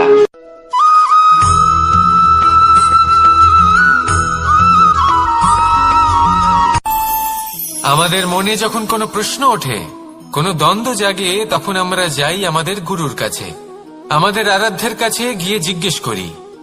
এইভাবেই একদিন আমি পৌঁছলাম আমার আরাধ্যের কাছে, আমার মহাদেবের কাছে, আর ওনাকে প্রশ্ন করলাম যে মহাদেব, জীবনে আনন্দ পাওয়ার, উৎসব পালনের, প্রেম ভাগ করে নেবার, জীবনকে উপভোগ করে নেওয়ার সর্বশ্রেষ্ঠ সময় কোনটা? মহাদেব হাসলেন আর উনি বললেন, জীবনে উৎসব পালনের সব থেকে শ্রেষ্ঠ দিন হল মৃত্যুর ঠিক আগের দিনটা। প্রেম ভাগ করে নেওয়ার সব থেকে শ্রেষ্ঠ মুহূর্ত হল মৃত্যুর ঠিক আগের মুহূর্ত। জীবনকে উপভোগ করে নেওয়ার সর্বশ্রেষ্ঠ প্রহর হল মৃত্যুর 1 প্রহর পূর্বে। তখন আমি চমকে গেলাম। আমি বললাম, কিন্তু মহাদেব, মৃত্যু তো অনিশ্চিত, আমরা জানিও না কবে আমাদের মৃত্যু হবে। মহাদেব আবার হাসলেন। উনি বললেন যে যদি আমরা এভাবে জীবন কাটাই যে আমরা জীবনের প্রত্যেক দিন, প্রত্যেক মুহূর্ত, প্রত্যেক প্রহর শেষ বলে মনে করি, তাহলে আমাদের সমস্ত জীবন আনন্দের সাথেই অতিবাহিত হবে। কি বলেন?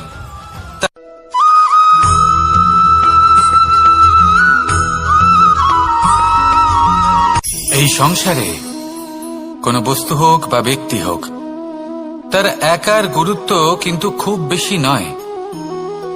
একটা উদাহরণ হিসেবে বৃষ্টির ফোঁটাকে ভেবে দেখুন।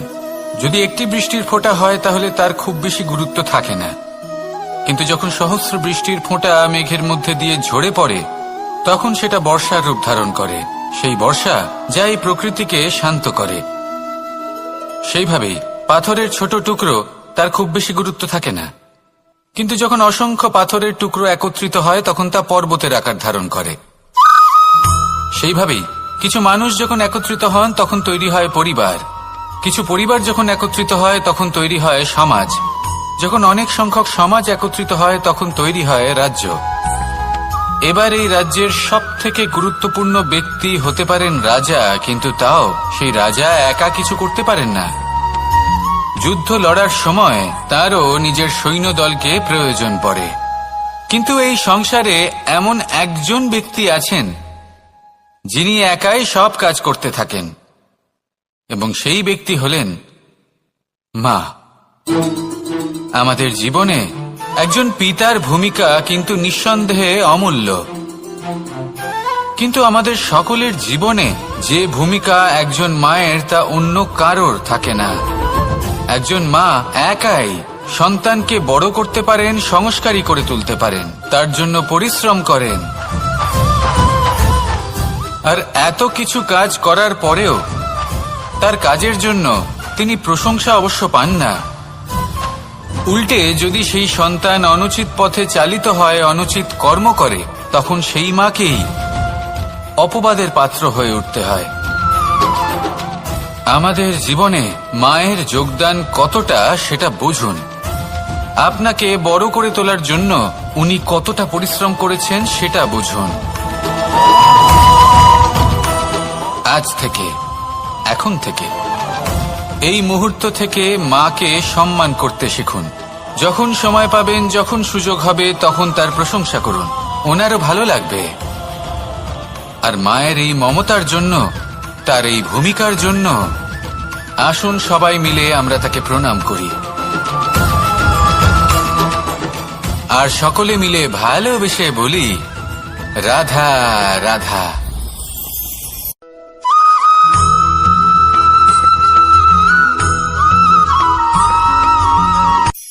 এই সংসারে সাফল্য লাভ করার জন্য জ্ঞানের প্রয়োজন হয়, পরিশ্রমের প্রয়োজন হয়, দৃঢ় নিষ্ঠার প্রয়োজন হয়, নিরন্তর চেষ্টা করা প্রয়োজনীয়। কিন্তু আরো কিছু আছে যা অত্যন্ত প্রয়োজনীয় এবং গুরুত্বপূর্ণ। তা হলো ভালো বন্ধু। তাদের থাকা অত্যন্ত প্রয়োজনীয়। যদি ভালো বন্ধু থাকে তাহলে সময় এলে তারা ঢাল হয়ে আপনাকে সুরক্ষা করবেন। সময় এলে অস্ত্রের মতো শত্রুকে সংহারও করবেন। যদি তিনি জ্ঞানী হন, তাদের মধ্যে সদ্গুণ থাকে, তাহলে এই সব গুণ আপনার মধ্যেও প্রবেশ করবে। তাহলে সাফল্যের জন্য ভালো বন্ধু পাওয়া অত্যন্ত প্রয়োজনীয়। কিন্তু শুধু বন্ধু কেন, ভালো শত্রুও থাকা প্রয়োজনীয়। এবার আপনি ভাববেন, এ আমি কি বললাম? যদি আপনার জীবনেও ভালো অর্থাৎ শক্তিশালী শত্রু থাকে, তাহলে আপনিও শক্তিশালী হতে থাকবেন। এই শত্রু আপনাকে প্রেরিত করবে আরো বেশি শক্তিশালী হয়ে ওঠার। কখনো কোনো হরিণকে দেখুন, তীব্র গতিতে দৌড়তে থাকে। কেন তীব্র গতিতে দৌড়য়? এই কারণে নয় যে কোথাও তার জন্য মধুর ঘাস অপেক্ষা করে রয়েছে, না। সে এই কারণে তীব্র গতিতে দৌড়য় কারণ সেটা না করলে তার পেছনে একটি সিংহ আছে যে ওকে নিজের ভোজন করে ফেলবে। তাই জীবনে বিপদ, সংকট, এই সবকিছুও হলো অত্যন্ত গুরুত্বপূর্ণ। তার সম্মুখীন হতে শিখুন আর আমার সাথে ভালোবেসে বলুন রাধা রাধা।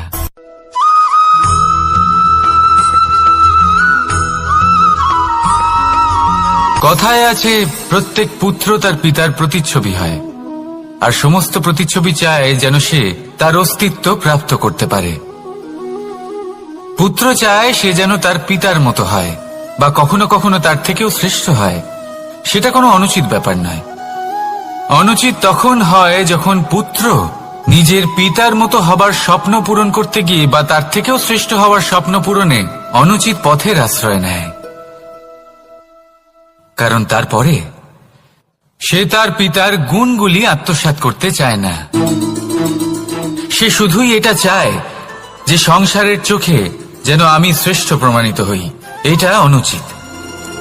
সংসারে এমন অনেক মানুষ আছেন যারা এই কারণে শ্রেষ্ঠ হবার চেষ্টা করেন যাতে তার পরিবারের তার পিতার সম্মান বৃদ্ধি পায়। এমনও মানুষ থাকেন, আর এটাই হলো পার্থক্য উদ্দেশ্যের। মনে রাখবেন, যদি আপনার উদ্দেশ্য শুভ হয় তাহলে পথও শুভ হবে, যদি আপনার উদ্দেশ্য অশুভ হয় তাহলে পথও অশুভ হবে। তাহলে নিজের পিতার মতো হবার চেষ্টা অবশ্যই করুন, তার থেকেও শ্রেষ্ঠ হওয়ার চেষ্টা অবশ্যই করুন, কিন্তু মনে রাখবেন আপনার সংকল্প আর আপনার উদ্দেশ্য এই দুই শুভ হওয়া উচিত। তাহলে আসুন আর আমার সাথে ভালোবেসে বলুন, রাধা রাধা।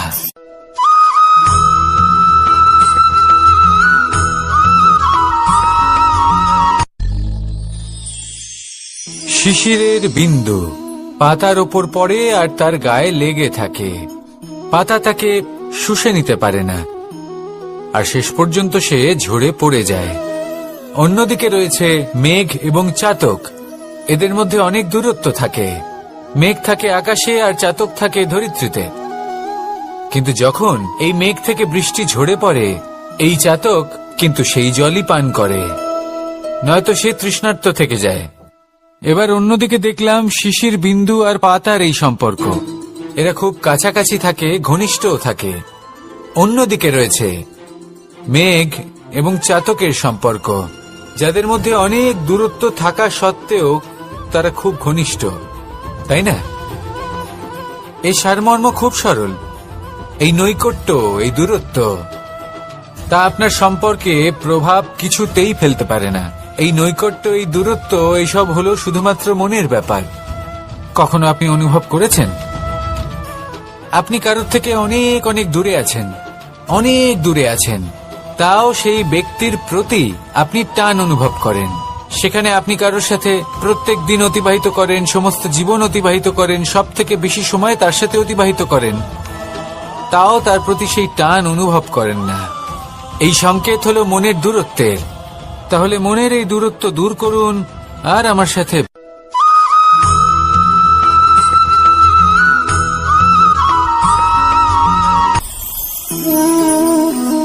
শক্তি এক অত্যন্ত বিচিত্র বস্তু, বা বলতে পারেন অনুভূতি। পিতা সবসময় চান যেন তিনি তার শক্তি পুত্রকে। আসুন আপনাকে সহজে বোঝাই। যদি আপনি সুপাত্র হন আর আপনাকে শক্তি দেওয়া হয়, তাহলে আপনি সেই শক্তির গুরুত্ব বুঝবেন, কোথায় সেই শক্তি প্রয়োগ করা উচিত সেটা বুঝবেন। আর এটা যেহেতু অর্জন করা শক্তি হবে, সেই শক্তির অপব্যবহার হবে না। কিন্তু যদি এই আপনি কুপাত্র হন আর যদি আপনাকে এই শক্তি দেওয়া হয়, তাহলে কি হবে? দেখতে গেলে এই শক্তি আপনি দান হিসেবে পেয়েছেন, তাই না আপনি এই শক্তির গুরুত্ব বুঝবেন আর না এর প্রয়োগ আপনি জানবেন। তার অপব্যবহার হওয়া সুনিশ্চিত। তাই যদি আপনি কোনো শক্তি অর্জন করতে চান, তাহলে আগে তার যোগ্য হয়ে উঠুন। পুত্র নয়, পাত্র হয়ে উঠুন। আর আমার সাথে ভালোবেসে বলুন, রাধা রাধা।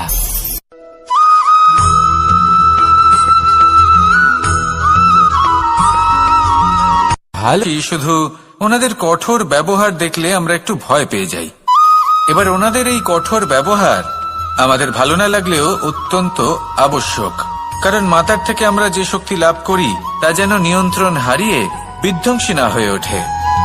আমরা যেন কোনো কুপথে না চলে যাই, আমরা কখনো যেন দোষ না করে ফেলি। শুধু সেই জন্য পিতা এবং গুরু একটু কঠোর হয়ে ওঠেন। এবং ওনাদের এই কঠোর আচরণ ভবিষ্যতে গিয়ে আমরা অবশ্যই বুঝতে পারি। জীবনে কিছু বছর আমরা এগিয়ে যাই আর তারপর আমরা বুঝতে পারি যে বাবা এবং গুরু আমাদের যথেষ্ট ভালোবাসতেন, কিন্তু ওনাদের ভালোবাসার বহিঃপ্রকাশ আলাদা। প্রয়োজনীয় হলো এটা দেখার, এটা বোঝার যে শুরু থেকে আমাদের প্রতি ওনাদের আচরণ কেমন ছিল। ওনাদের কঠোর হওয়ার পেছনে ওনাদের ভালোবাসাটা বোঝার চেষ্টা করুন, ওনাদের চিন্তাটা বোঝার চেষ্টা করুন, ওনাদের পথপ্রদর্শনের আড়ালে আপনার ভবিষ্যতের জন্য যে পরিকল্পনা ওনারা করেছেন সেটা বোঝার চেষ্টা করুন। তখন আপনারা বুঝতে পারবেন ওনাদের ভালোবাসাকে। আপনার মনের মধ্যে আপনা থেকেই ওনাদের প্রতি সম্মান জেগে উঠবে। নিজের পিতা এবং নিজের গুরু এই দুজনের প্রতি কৃতজ্ঞতা প্রকাশ করুন আর আমার সাথে ভালোবেসে বলুন, রাধা রাধা।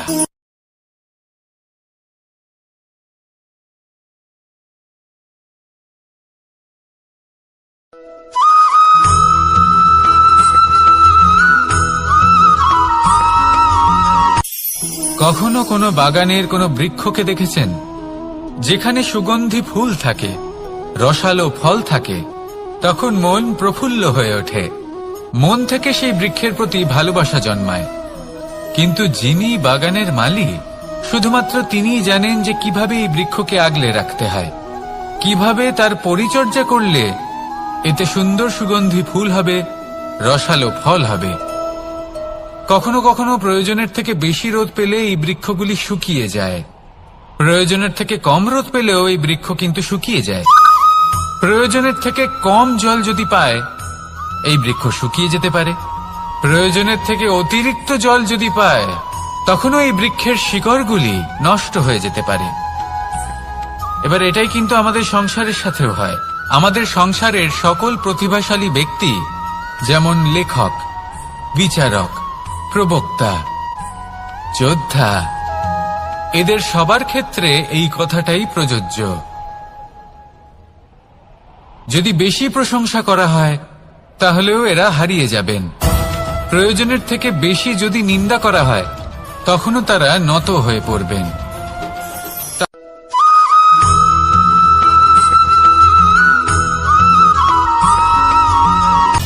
সময়, জীবন, কাল।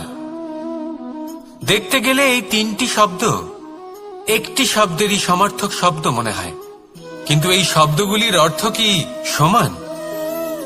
কখনোই নয়।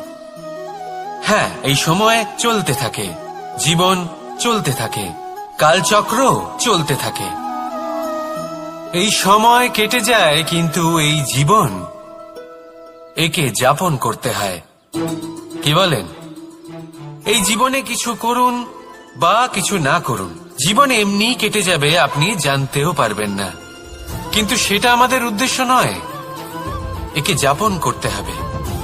এই জীবনে প্রেরণা পেতে শিখুন, প্রেরণা দিতে শিখুন, আহ্বান গ্রহণ করতে শিখুন, আহ্বান জানাতে শিখুন, মহান কাজ করতে শিখুন, ধন্যাত্মক বোধ জাগিয়ে তুলুন। জীবন অতিবাহিত করার অর্থ কি তা আপনি শিখে যাবেন।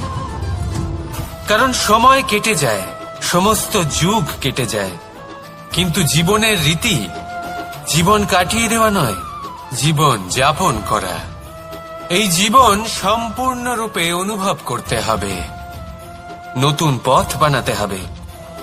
এবারে যদি এই জীবন বাঁচার সময় একবার ভেবে দেখুন, যদি মনে প্রেম থাকে, সদ্ভাবনা থাকে, তাহলে কি হবে?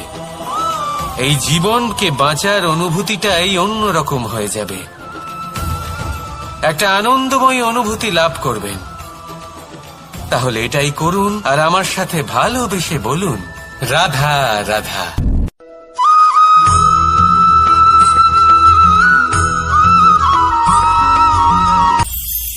এটা হলো ধান গাছ। এর থেকে যে চাল উৎপন্ন হয় তা মানুষ গ্রহণ করেন। আর এটা কি? এ হলো জংলি ঘাস। একবার ভেবে দেখুন, যদি এই জংলি ঘাস ধান গাছের আশেপাশে থাকে তাহলে কি হবে? ধান উৎপন্ন হতে পারবে? তা উৎকৃষ্ট হতে পারবে? আমরা কি তা গ্রহণ করতে পারবো? কখনোই নয়। এই জংলি ঘাস ধানকে নষ্ট করে দেবে, কিন্তু নিজে জীবিত থাকবে। এটাই হলো আজকের শিক্ষা।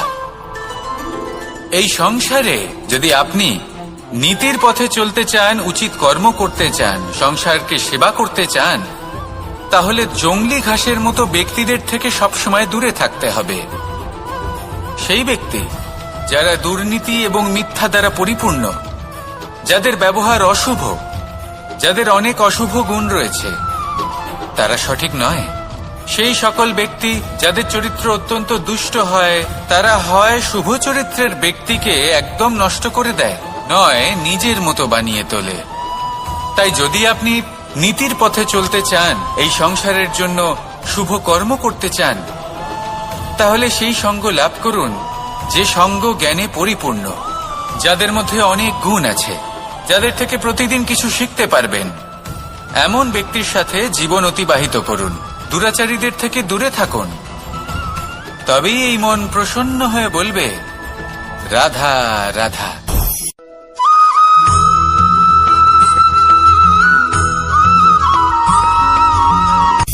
সূচের শেষে একটি ছিদ্র থাকে, যার দ্বারা আমরা এই সুতো পরাতে পারি, আর তারপর সূচের সাহায্যে এই সুতো দিয়ে বস্ত্র সেলাই করা যায়। কিন্তু যদি সুতোটা সোজা করে ধরা না হয়, তাহলে সূচে কখনো এই সুতো পরানোই সম্ভব নয়। যদি এতে কোনো গিঁট পড়ে, তখন তা কখনোই এই ছিদ্র দ্বারা প্রবেশ করা সম্ভব নয়। ঠিক এইভাবেই যদি আপনি কারোর জীবনে প্রবেশ করতে চান, কারোর অন্তরে প্রবেশ করতে চান, তাহলে আপনাকেও সহজ থাকতে হবে। এতে কোনো গিঁট থাকলে চলবে না, অর্থাৎ মনে যাতে কোনো মালিন্য না থাকে, যেন কোনো কুচিন্তা না থাকে। যদি এসব থাকে, তাহলে আপনি কখনো কারোর জীবনে প্রবেশ করতে পারবেন না। আর যদি কোনোভাবে আপনি প্রবেশ করেও যান, তাহলে তার মনে ঘর করতে পারবেন না। নিজেকে এই সুতোর মতন করে তুলুন, সহজ। মনে যেন কোনো কুচিন্তা না থাকে, সবার প্রতি যেন সদ্ভাবনা থাকে, শুভ চিন্তা থাকে। এমনটা করতে থাকুন। এমন একটা দিন আসবে যেদিন এই সমস্ত সংসারের ব্যক্তির মনে আপনি বাস করবেন, আর তখন এই মন প্রসন্ন হয়ে বলবে, রাধা রাধা।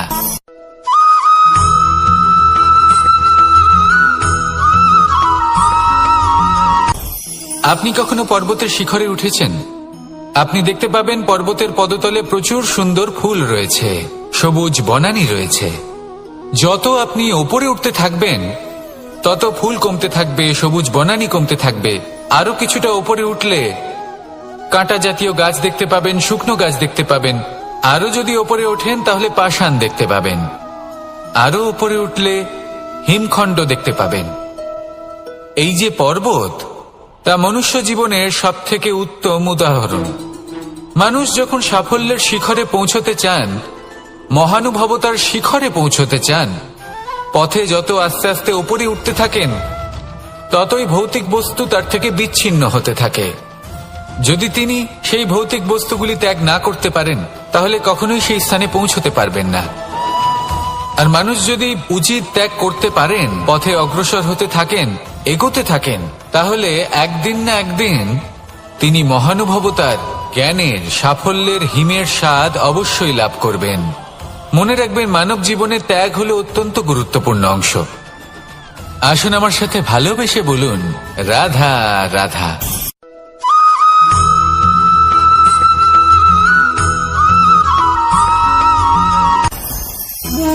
ভোজন। এবার ভোজন সংগ্রহ করার জন্য মানুষ কি না করেন, সবসময় চেষ্টা করতে থাকেন। ফসল উৎপাদনের জন্য অনেক পরিশ্রম করতে থাকেন, কিন্তু অনেক সময় অনেক পরিশ্রম করার পরেও ফসল ভালো উৎপাদন হয় না। এর কারণ কি? কারণ হলো এটাই যে আপনি পরিশ্রম হয়তো অনেক করেছেন, কিন্তু আপনার নজর তো সেই বীজের দিকে ছিলই না যা আপনি রোপণ করেছেন। সেই জন্য সব সময় কোনো বীজ রোপণ করার আগে তাকে পরখ করে দেখুন, তা অত্যন্ত আবশ্যক। আর সেইভাবেই যখনই কোনো কর্মের প্রশ্ন আসে, তাহলে সেখানে শুধুমাত্র পরিশ্রম যথেষ্ট নয়। সেই কাজের প্রতি আপনার কর্তব্য কি, আপনার উদ্দেশ্য কি, সেটা জানা হলো অত্যন্ত গুরুত্বপূর্ণ। তাই কর্ম করুন, কিন্তু সেই কর্মের প্রতি আপনার যা উদ্দেশ্য, তার মাহাত্ম্য বুঝতে চেষ্টা করুন। তাহলে আসুন আমার সাথে ভালোবেসে বলুন, রাধা রাধা।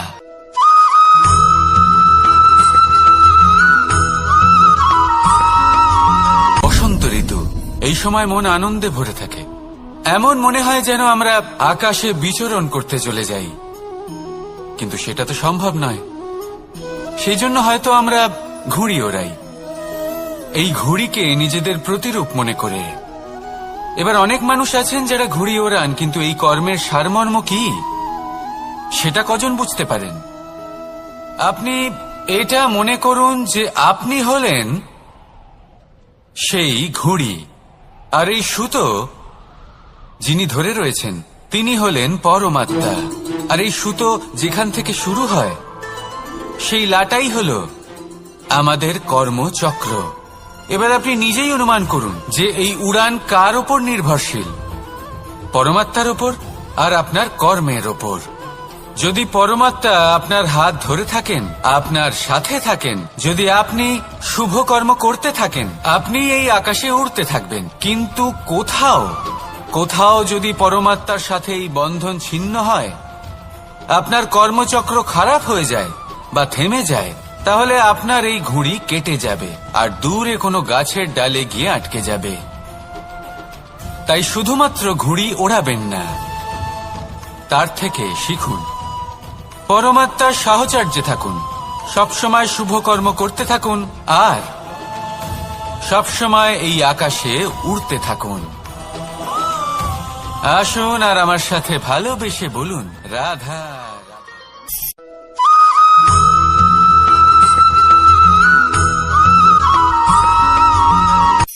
এই সংসারে সাফল্য লাভ করার জন্য জ্ঞানের প্রয়োজন হয়, পরিশ্রমের প্রয়োজন হয়, দৃঢ় নিষ্ঠার প্রয়োজন হয়, নিরন্তর চেষ্টা করা প্রয়োজনীয়। কিন্তু আরো কিছু আছে যা অত্যন্ত প্রয়োজনীয় এবং গুরুত্বপূর্ণ। তা হলো ভালো বন্ধু। তাদের থাকা অত্যন্ত প্রয়োজনীয়। যদি ভালো বন্ধু থাকে তাহলে সময় এলে তারা ঢাল হয়ে আপনাকে সুরক্ষা করবেন। সময় এলে অস্ত্রের মতো শত্রুকে সংহারও করবেন। যদি তিনি জ্ঞানী হন, তাদের মধ্যে সদ্গুণ থাকে, তাহলে এই সব গুণ আপনার মধ্যেও প্রবেশ করবে। তাহলে সাফল্যের জন্য ভালো বন্ধু পাওয়া অত্যন্ত প্রয়োজনীয়। কিন্তু শুধু বন্ধু কেন, ভালো শত্রুও থাকা প্রয়োজনীয়। এবার আপনি ভাববেন, এ আমি কি বললাম? যদি আপনার জীবনেও ভালো অর্থাৎ শক্তিশালী শত্রু থাকে, তাহলে আপনিও শক্তিশালী হতে থাকবেন। এই শত্রু আপনাকে প্রেরিত করবে আরো বেশি শক্তিশালী হয়ে ওঠার। কখনো কোনো হরিণকে দেখুন, তীব্র গতিতে দৌড়তে থাকে। কেন তীব্র গতিতে দৌড়য়? এই কারণে নয় যে কোথাও তার জন্য মধুর ঘাস অপেক্ষা করে রয়েছে, না। সে এই কারণে তীব্র গতিতে দৌড়য় কারণ সেটা না করলে তার পেছনে একটি সিংহ আছে যে ওকে নিজের ভোজন করে ফেলবে। তাই জীবনে বিপদ, সংকট, এই সবকিছুও হলো অত্যন্ত গুরুত্বপূর্ণ। তার সম্মুখীন হতে শিখুন আর আমার সাথে ভালোবেসে বলুন, রাধা রাধা।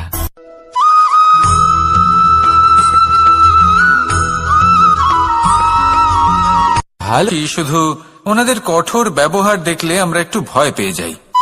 এবার ওনাদের এই কঠোর ব্যবহার আমাদের ভালো না লাগলেও অত্যন্ত আবশ্যক, কারণ মাতার থেকে আমরা যে শক্তি লাভ করি তা যেন নিয়ন্ত্রণ হারিয়ে বিধ্বংসী না হয়ে ওঠে। আমরা যেন কোনো কুপথে না চলে যাই, আমরা কখনো যেন দোষ না করে ফেলি। শুধু সেই জন্য পিতা এবং গুরু একটু কঠোর হয়ে ওঠেন, এবং ওনাদের এই কঠোর আচরণ ভবিষ্যতে গিয়ে আমরা অবশ্যই বুঝতে পারি। জীবনে কিছু বছর আমরা এগিয়ে যাই আর তারপর আমরা বুঝতে পারি যে বাবা এবং গুরু আমাদের যথেষ্ট ভালোবাসতেন, কিন্তু ওনাদের ভালোবাসার বহিঃপ্রকাশ আলাদা। প্রয়োজনীয় হলো এটা দেখার, এটা বোঝার যে শুরু থেকে আমাদের প্রতি ওনাদের আচরণ কেমন ছিল।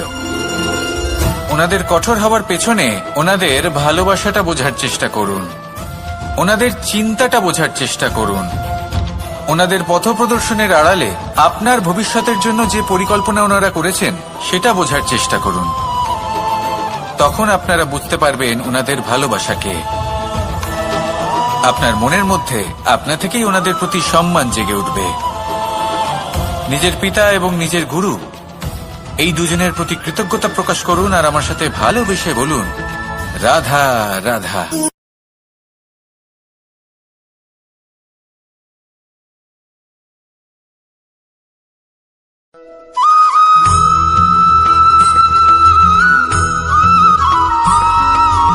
কথায় আছে, প্রত্যেক পুত্র তার পিতার প্রতিচ্ছবি হয়, আর সমস্ত প্রতিচ্ছবি চায় যেন সে তার অস্তিত্ব প্রাপ্ত করতে পারে। পুত্র চায় সে যেন তার পিতার মতো হয়, বা কখনো কখনো তার থেকেও শ্রেষ্ঠ হয়। সেটা কোনো অনুচিত ব্যাপার নয়। অনুচিত তখন হয় যখন পুত্র নিজের পিতার মতো হবার স্বপ্ন পূরণ করতে গিয়ে বা তার থেকেও শ্রেষ্ঠ হওয়ার স্বপ্ন পূরণে অনুচিত পথের আশ্রয় নেয়। কারণ তারপরে সে তার পিতার গুণগুলি আত্মসাৎ করতে চায় না। সে শুধুই এটা চায় যে সংসারের চোখে যেন আমি শ্রেষ্ঠ প্রমাণিত হই। এটা অনুচিত। সংসারে এমন অনেক মানুষ আছেন যারা এই কারণে শ্রেষ্ঠ হবার চেষ্টা করেন যাতে তার পরিবারে তার পিতার সম্মান বৃদ্ধি পায়। এমনও মানুষ থাকেন, আর এটাই হলো পার্থক্য উদ্দেশ্যের। মনে রাখবেন, যদি আপনার উদ্দেশ্য শুভ হয় তাহলে পথও শুভ হবে, যদি আপনার উদ্দেশ্য অশুভ হয় তাহলে পথও অশুভ হবে। তাহলে নিজের পিতার মতো হবার চেষ্টা অবশ্যই করুন, তার থেকেও শ্রেষ্ঠ হওয়ার চেষ্টা অবশ্যই করুন, কিন্তু মনে রাখবেন আপনার সংকল্প আর আপনার উদ্দেশ্য এই দুই শুভ হওয়া উচিত। তাহলে আসুন আর আমার সাথে ভালোবেসে বলুন, রাধা রাধা।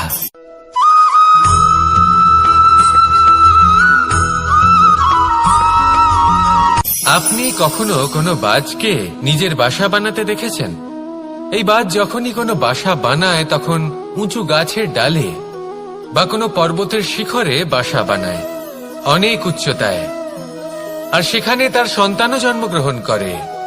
যখন এই সন্তানেরা জন্মায় তখন এই বাজ খুবই ভালোবেসে এবং খুব সাবধানে এদের পালন পোষণ করে। নিজের ঠোঁট দিয়ে তাদের ঠোঁটে খাবার পরিবেশন করে। কিন্তু যেই সেই সন্তানেরা হৃষ্টপুষ্ট হয়ে যায় এবং সেই কথা বাজ নিজে বুঝতে পেরে যায়, সেই বাজ নিজেই সেই বাসা ছিন্ন ভিন্ন করে দেয়। সেই সন্তান যাদের সবেমাত্র ডানা গজিয়েছে, কিভাবে উড়তে হয় তারা জানে না, সেই সন্তানগুলিকে উচ্চতা থেকে ঠেলে দেয়। সেই সন্তান প্রথমে ভয়ভীত হয়ে যায়। তারা সামনে মৃত্যুকে দেখতে পেয়ে ভয়ের কারণে তাদের ডানা ঝাপটাতে থাকে, আর সেই প্রক্রিয়াতেই সেই সন্তানগুলি উড়তে শুরু করে দেয়। এবার এই ঘটনায় আমরা কি শিক্ষা পেতে পারি? এটাই, যদি আপনি মাতা পিতা হন তাহলে নিজের সন্তানকে অবশ্যই স্নেহ করুন, কিন্তু তাদেরকে নিজের আঁচলের তলায় বেঁধে রাখবেন না। যদি আপনি চান আপনার সন্তান জীবনে উন্নতি করুক, তাহলে নিজের মুঠো থেকে তাদের স্বতন্ত্র করে দিন। এই সংসারে সংঘর্ষ করতে দিন। সেই সন্তান নিজেই বুঝতে পারবে যে জন্মের সময় পাওয়া ডানা কি করে ব্যবহার করতে হয়। আর আপনার চোখের সামনে আপনার সন্তান এই আকাশে উড়তে থাকবে। তাহলে আসুন আমার সাথে ভালোবেসে বলুন, রাধা রাধা।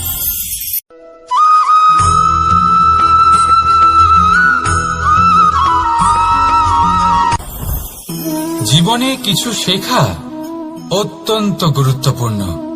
এবার কি কি শিখতে হবে সেই সব শেখানোর জন্য অনেক শিক্ষক রয়েছেন, কিন্তু কি শিখবেন না আর কি করবেন না এটা আমাদের নিজের অভিজ্ঞতা দিয়ে শিখতে হয়। কিন্তু তার মানে এটা নয় যে যদি আপনাকে শিখতে হয় যে আগুনের তাপ কতটা, আপনাকে আগুনের মধ্যে হাত দিতে হবে। না, অন্য কারোর অভিজ্ঞতা দ্বারাও শিখতে পারেন। প্রশ্ন শুধুমাত্র একটাই যে আপনি কি শিখতে চান নাকি চান না। যদি আপনি এটাই ভাবেন যে আমি শুধুই নিজের অভিজ্ঞতা দ্বারাই শিখতে চাই, তাহলে জীবনকাল ছোট মনে হবে, অনেক কিছুই শিখতে পারবেন না। তাই নিজের সাথে সাথে বড়দের অভিজ্ঞতা দ্বারাও শেখা শুরু করে দিন। এই সংসারের অভিজ্ঞতা দ্বারা শিখতে শুরু করে দিন। আর এটা নিশ্চিত রূপে শেখা আবশ্যক যে কখন কি করবেন না, কোথায় থামতে হবে আর কোথায় থামবেন না। তাহলে আসুন আর আমার সাথে ভালোবেসে বলুন, রাধা রাধা।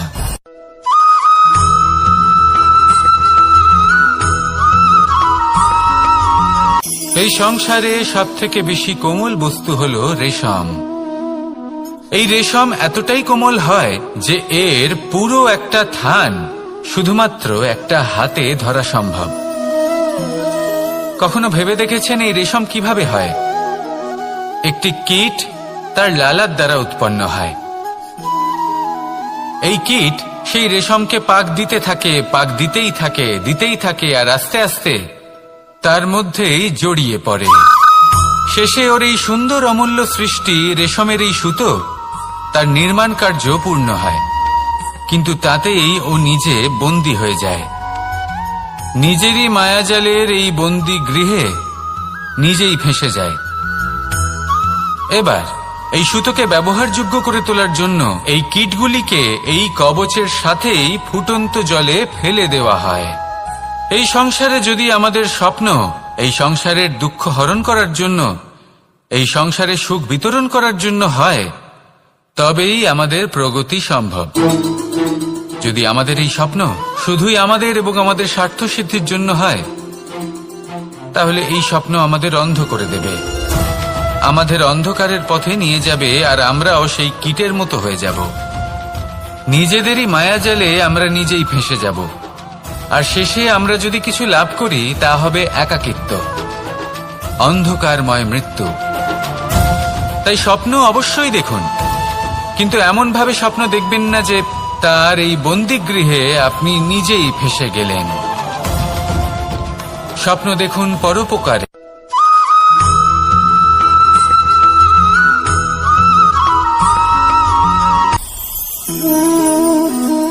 শক্তি এক অত্যন্ত বিচিত্র বস্তু, বা বলতে পারেন অনুভূতি। পিতা সবসময় চান যেন তিনি তার শক্তি পুত্রকে। আসুন আপনাকে সহজে বোঝাই।